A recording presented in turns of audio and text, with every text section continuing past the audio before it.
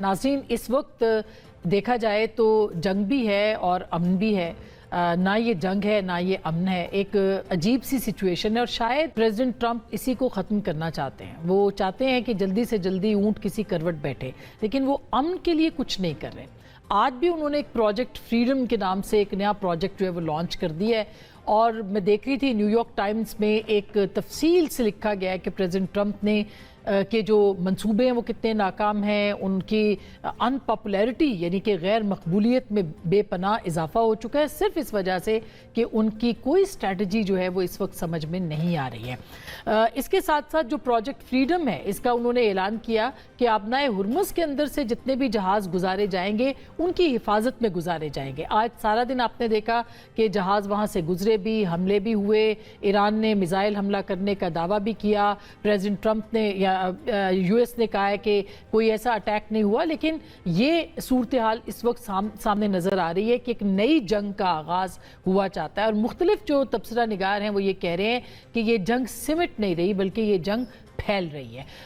इसके ऊपर हम बात करेंगे कि किस तरह से ये फैल रही है और इसके क्या क्या नुकसानात हो सकते हैं। दूसरी जानिब कोई 14 के करीब तजावीज़ पाकिस्तान के ज़रिए से ईरान ने अमेरिका को पेश कर दी हैं। उन तजावीज़ में ये सबसे पहली जो तजवीज़ है वो ये है कि जंग को मुस्तकिल तौर पर ख़त्म किया जाए और उसके बाद आबनाए हुर्मुज़ समेत तमाम मामलात के ऊपर उन्होंने बात करने के लिए कहा है। ईरान जो है वो इस वक्त जवाब का भी जायज़ा ले रहा है और इसके साथ साथ जो उनके नुकात हैं उसके अंदर जौहरी मुज़ाकरात के ऊपर बातचीत नहीं है। लेकिन कुछ खबरें ऐसी आ रही हैं कि विटकॉफ और जैरेड कुशनर जो हैं वो बैकग्राउंड में रह के ईरान के साथ एक मुसव्वदे के ऊपर काम भी कर रहे हैं।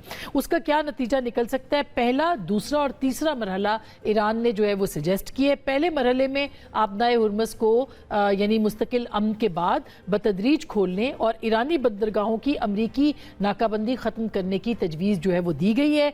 दूसरे मरहले में ईरान को जीरो स्टोरेज के तहत 3.6% तक यूरेनियम, याद रहे कि अमेरिका चाहता है कि 0% ये हो जाए, वो कहते हैं 3.6% तक हमें यूरेनियम की अफजूदगी चाहिए, वो मुकम्मल खात्मे के हक में नहीं है। इसके साथ साथ तीसरा मरहला जो है वो बहुत दिलचस्प है और उसमें पाकिस्तान का किरदार बहुत अहम होने वाला है। वो ये है कि ईरान ने जो अरब ममालिक हैं उनके साथ जो मुख्तलिफ स्ट्रेटेजिक पार्टनर्स के तौर पर उनको देखना शुरू किया है, उनके साथ मुकालमे के आगाज़ के हवाले से बात कर रहा है ईरान और साथ ही साथ पूरे मशरक़ वुस्ता पर जो मुश्तमिल एक मुश्तरका सिक्योरिटी निज़ाम है उसकी भी तजवीज़ ईरान पेश कर रहा है।